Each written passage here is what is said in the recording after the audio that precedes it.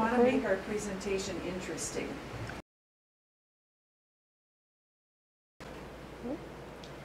Hello everyone, thank you for meeting with us today. I know you're all Winthrop education students. Would you please tell us your name and what your major is? I'll start. I'm Brandon Jacobs, and I'm a special education major. I'm Lauren D, and I'm an early childhood education major.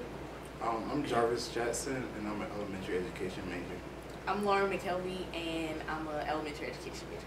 Thanks. Now we've got some questions for you, and I hope that you can treat them as sort of a conversation, so feel free to ask each other questions or respond to things that other people ask. We're very interested in your experiences with classroom assessment.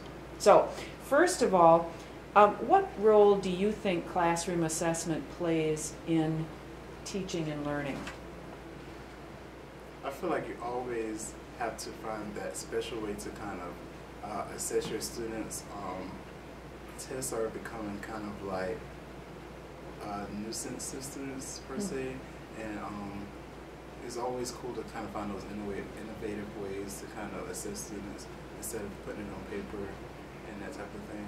So being able to prepare your students for tests, but find other assessments such as maybe observations and activities or things like that to kind of get your students going.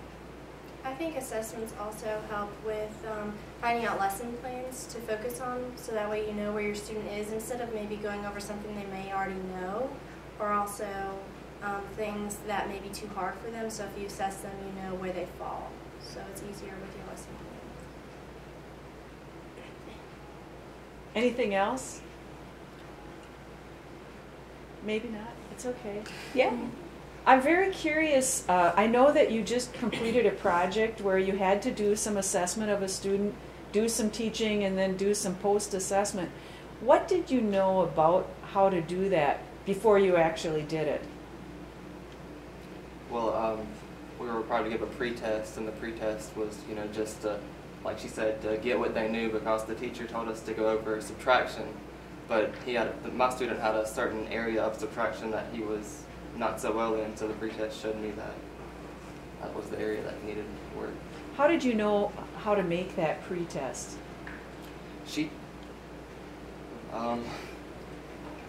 What do you mean by that? Well, like you had to come up with some kind of way to do the pre-test. All of you did. And I'm curious about how you figured out how to make that pre-test. I just put all sorts of subtraction problems on there, like some 3-digit, 2-digit decimals, borrowing problems, just a variety, just so I knew which ones. Mm-hmm. I actually did an internship back in high school at an elementary school where I didn't actually do the assessments, but I had opportunity to kind of see and have the hands-on experience. And then I used my resources here at Winthrop, like my teacher, and also using my mentor teacher to kind of help me with that. I did the same thing. My mentor teacher, my student had trouble blending with her words because they are in a low poverty school. She couldn't blend her words really well. So my mentor teacher gave me a book, one of her books, and I went on with that. I also did research on my own and found prior pre-assessments and kind of went off of those. Yeah, I based mine off of, we did like an observation in class before we actually did the pre-assessment, so I based it off the work that they were doing in class, and I did my pre-assessment off of that information. Good. What did you learn from the pre-assessment? Did you learn anything that was helpful? It pinpointed where the student actually was and where they needed that help. Like I did sight words, so I did the first, second, and third grade list. So when we went through all 3 of the lists, I pinpoint 13 words that the student actually had trouble with. I also saw the specific words that she may have had problems with the T and the H. Instead of saying one sound, she pronounced them separately. So in the W and the H, and the S and the H. So I worked specifically on those. My child, they were doing 2-digit multiplication, and I found out that she just had a problem doing 1-digit multiplication, so that's what I focused on. Instead of going straight to 2-digit, I focused on 1-digit. So I'm curious to know if you had any surprises. I mean, did it work out the way you wanted it to work out? No, not for me. Because with my students, it was during her specials time, which is the time that they got to go out and not be in the classroom. So they were in the library one day, or the computer lab one day. And I found that she really wanted to be with her group because she wasn't in the classroom. So I had to play games or something that seemed like was a lot, was funner than what she was doing in her other groups. That way she would pay attention to what I was trying to teach her. My student actually learned faster than I expected, and my mentor teacher warned me that it wasn't really the fact that he was struggling, not understanding, he just needed a little extra help that he wasn't getting at home. So I was just kind of surprised at how fast he learned, and maybe I would have looked at something more broader to kind of give him more of a challenge. My student also learned faster than I thought he would, and I think that was because he knew the stuff. I just had to go and make sure that he was going back to check his work, and after he got that, he was just seemed kind of bored because he knew everything. So you did a pre-assessment and you did a post-assessment. What did you learn from the post-assessment? About yourself first and then about your student. I learned that maybe my assessments were too long.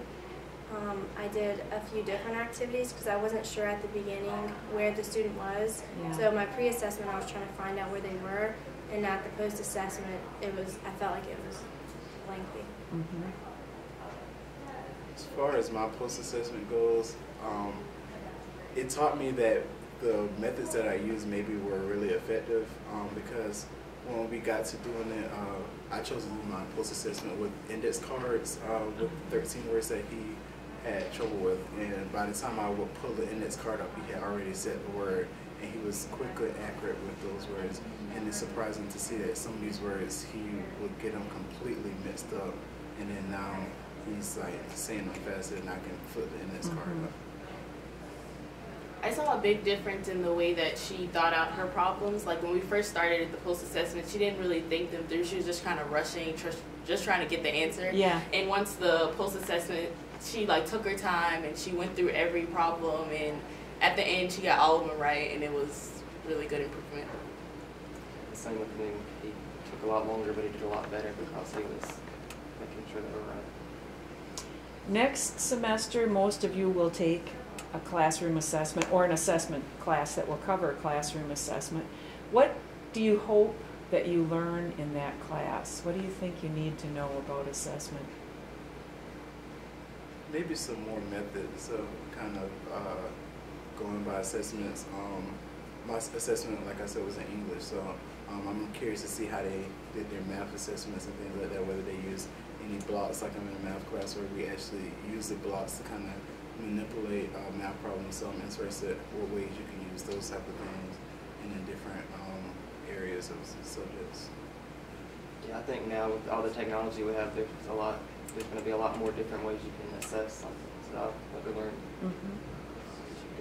I agree. Instead of maybe doing assessments that I was used to with just paper or worksheets or stuff, things like that, to do, it's a broader, a lot more variety in assessing. Just being in our classrooms, I learned a lot more about different innovative ways to learn and teach, and I'm interested in learning those things. So, as a wrap-up question, if you could redesign this teaching activity that you just did, if you could give us advice, would you say, should we make future students do the pre and post assessment, or leave it out?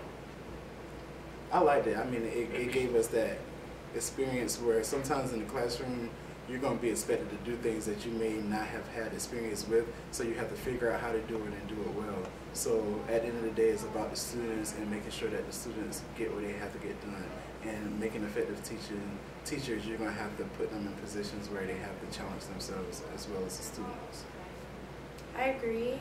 I would have wanted just a little bit more of something, because I felt like I was kind of like a chicken with its head cut off. I really didn't. I was a little bit confused where to start, because blending is such a broad topic. So I didn't know exactly where. That's why my pre-assessment was so lengthy, because I didn't know where to start. Yeah, I would say definitely keep it because it gives you that foundation that you know, like this is where you started and this is where you came to. So it makes you feel good when you saw that they did a lot better on the post-test and the pre-test. Makes you excited. Okay, Yeah, it's really thank you nice. very much. You did a good job in this interview.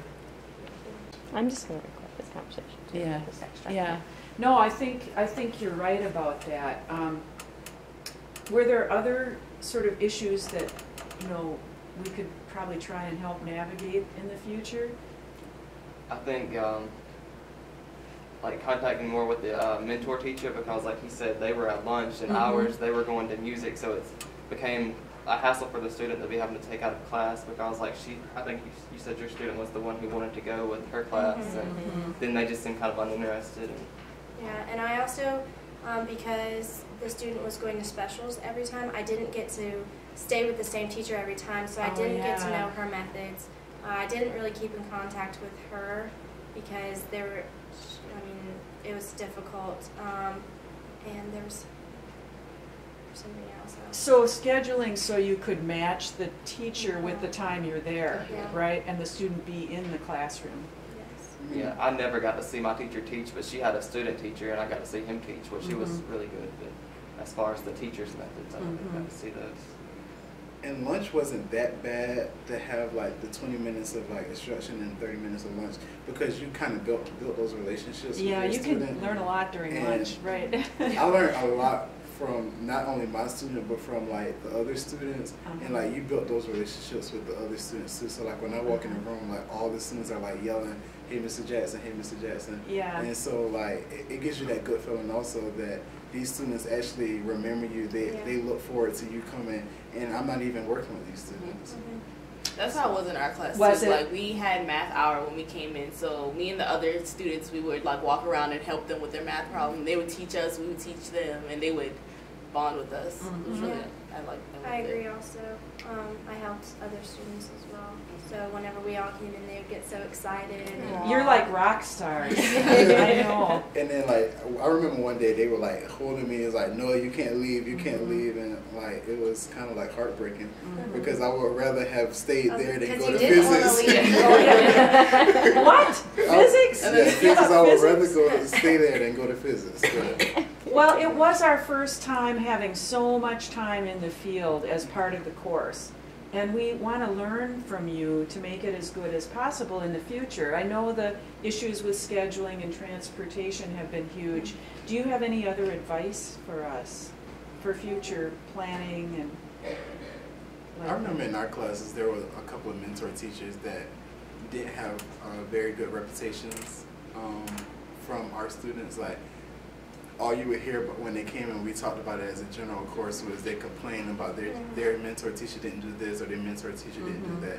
So I would make sure that our mentor teachers are actually dedicated and want to have these students in their classroom versus, oh, I'm getting a couple extra dollars. Willing so to do let it, me- right. Right. They should be doing it rather than just willing to do it. Right. Yeah. And maybe, I don't know if it was true with you, I thought in our particular school we had some issues because teachers changed at the last minute and we didn't have time to prepare them well, so they didn't know exactly what. I don't know if that happened with your teacher. No, I had a great mentor. You teacher. did, She you was did, really, yeah. cooperative. You Yeah, did. We didn't have a lot of changes in ours, no. But they still didn't, I would say the mentor teachers weren't necessarily prepared. Mhm. They didn't really know what to expect. Yeah. Yeah. My mentor teacher almost seemed surprised whenever I came in. Like she wasn't sure what was going on. So I thought that was kind of weird. Well, just like we were the guinea pigs, they were the guinea pigs too. True, So I that's a guess good point. The That's a more, very good point. the longer that Winthrop does this, the more they'll grow to They're it. used It's to it. like, They'll yeah, be used to part it. of the That's a good school as a point. whole. Because my teacher didn't really understand what we were doing, but she was so great. And Yeah. when we walked through the door, she knew that we needed to sign in, so she cleared whatever was on her computer for us to sign in. She was like, whatever y'all need to do, just do it. If y'all need my help, I'm here for y'all help. She Yeah. was very good at that. I also liked the school that we were at. There were actually Winthrop graduates there. There are So quite a that was- few in all Mhm. these Mhm. schools. That Yeah. was nice. So you got to meet someone who might be doing something that you might do. And they were very interested in Oh, us. yeah. She was like, my teacher was like an 80s grad at Winthrop, so that was really good to see like the difference. Do you think you would work in a high poverty school if given the opportunity? That's the only school I want to work in. Really? Why? It's a different experience, and I grew up in Title I schools, so I understand. And my actual school now reminds me so much of my elementary school because my principal, she was the principal there when I was there, and she's still there. And she's so excited about making the students forget about their Title I, forget about their poverty, and realize that we're in school to learn. Like they have this theme of college-bound students, so like they're understanding what it takes to go to college. They're understanding all of this whole spectrum. So I like when people take their disadvantages and make them advantages. I also agree. I like it because I feel like in some ways it's different from other schools because not only do the students are they really excited, but the teachers are as well because they see how much of a difference they could potentially make on their students. So I really enjoyed that. I went to the school that he went to the school was the one that I went to, and I don't know if it was high poverty when I went there, but I mean, I really couldn't tell even being there that the students, well, some of the students were in poverty. So I mean, I don't know if there's much of a difference between high poverty schools and low poverty schools. So that's interesting. So you went through this school system and really had no idea you were in a high poverty school. He was until surprised, now. in fact. Until she said we were going to Chester. And I was, well, I mean, I knew we were a Title I school because my mom works in the school district in Title I, but you didn't I just necessarily never- put it together what that I never knew meant. what Title I was until this class. Do you think any of you changed your thinking about working with high poverty schools or kids? In some ways I kind of did. I don't think in a negative way at all. I worked with kids over the summer and I could see a difference in the way that they came along. They weren't as far along with the speaking or the comprehension abilities of the same age group that I was working with before. But I don't think that the student couldn't get there. Yeah. I think a lot of assumptions that we had about high poverty schools were clarified. I had no idea that it was a high poverty school, and I still, if I walked into it now, I probably wouldn't be able to tell that it was high poverty. Just the way everyone dresses, and a lot of them, you just wouldn't think they lived in poverty. And I had a lot of assumptions about what it was going to be, but it was nothing. It was nothing like how I thought it was going to be. Were you guys? What were your assumptions? Go ahead. It's okay. I just thought it was going to be really like. It's like falling apart. Right, like falling apart. yeah. Really. The teachers didn't really care. That's what I thought it was going to be, but it wasn't like that at all. Like the kids were great, the teachers were really good, and they loved doing what they were doing. One thing that I really enjoyed about going the first day, of course, I had these same assumptions that I was going to come in and they were going to have no money, and you could obviously tell, but that wasn't it. And another thing I really noticed is how much they embraced African American culture in the school, and they took great pride in that, and all of their studies and case studies and how much they've grown. And not only did our school show the good stuff, but they also showed where they need improvements, and I liked that. They weren't trying to hide it. So using data, Yes. assessment data to really say, here's the full picture. Yeah. I have one more question, and that is, as future sort of teachers, what advice would you give politicians about how to support high poverty schools? I feel like there's an assumption out there that all Title I schools are predominantly African American. And the school that we were at was actually predominantly Caucasian. So that was kind of like a flip. Yeah. And there's some beliefs out there that politicians are trying to attack the African American society, so they like take some of this money from the Title I schools thinking that they're affecting them, but it's not just the African American society that you're affecting children as a whole spectrum. And some of these same children out of these Title I schools will be the next politicians. Some of these these students in these Title I schools will be some great lawyers, doctors, and teachers. So we need to make sure that these students are prepared. We need to make sure that we're giving them any and every resource that they can use. Because, I mean, they're the ones that most risk. They're the ones who, one day they can be at school, tomorrow they can be somewhere on the street selling drugs. So could go either way. it could go either way. And I think it'd be good if maybe, I know that they're busy, but maybe sending someone into the schools just to see, not just the numbers, because the numbers don't always show what goes on in the school or the progressions that they're making, because it doesn't always show. It's little progressions. So I think that actually putting yourself into the school, because we go in, we had our assumptions, and when we went there, it was a lot different than what we had expected. Don't make decisions about a job that you never even researched. Right? I know, especially in South Carolina, they're constantly taking money away from education, and then we are somewhere at the bottom of the list as far as education. But then we complain about it, but we constantly take money from it, And when you look at it, this money is coming from our Title I schools. So, Dr. Bouchard, what questions do you have?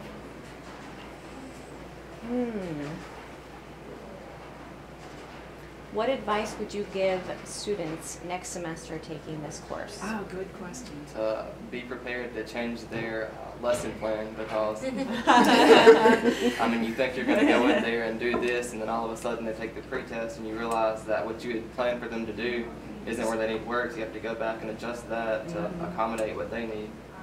And one thing that I kind of had to realize was, although whenever I first went in, I was upset because I wasn't going to be with my mentor teacher and I wasn't going to see her progress, but you just have to go with the flow, because it's not going to be planned out from A to B. You're going to have little bumps in the road, and you just have to go along with them and just work with your student the best way that you are handed. I would say embrace the whole spectrum of things. Go on with an open mind. I would say be dedicated to what you're doing, because even though we're only there for 50 minutes, we're still making a difference in that child's life, and we should work hard on our lesson plans and our assessments, because it can make a difference. Awesome. It really can. Thank you guys so much.